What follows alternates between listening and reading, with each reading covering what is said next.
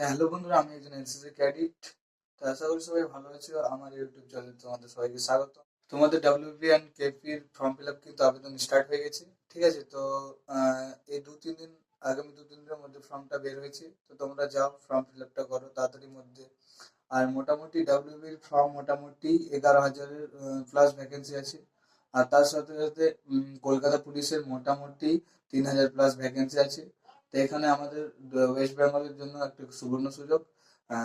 2024 একটা সুবর্ণ সুযোগ আছে যে তুমি এখানে সিলেকশন নিতে পারবে, নিজের একটা পথ বেছে নিতে পারবে নিজের জীবনের।